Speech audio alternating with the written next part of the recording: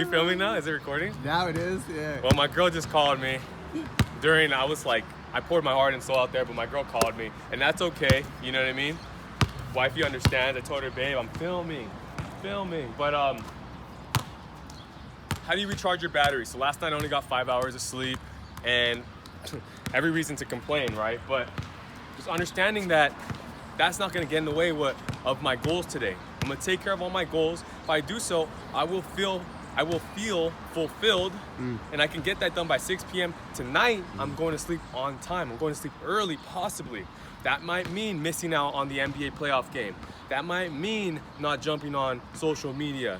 That might mean that. But I have to be disciplined enough and understand that today I feel great.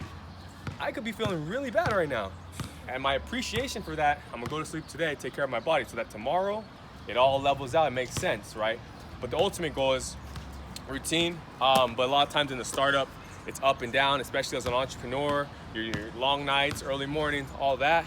But definitely you must find a time frame to incorporate that rest.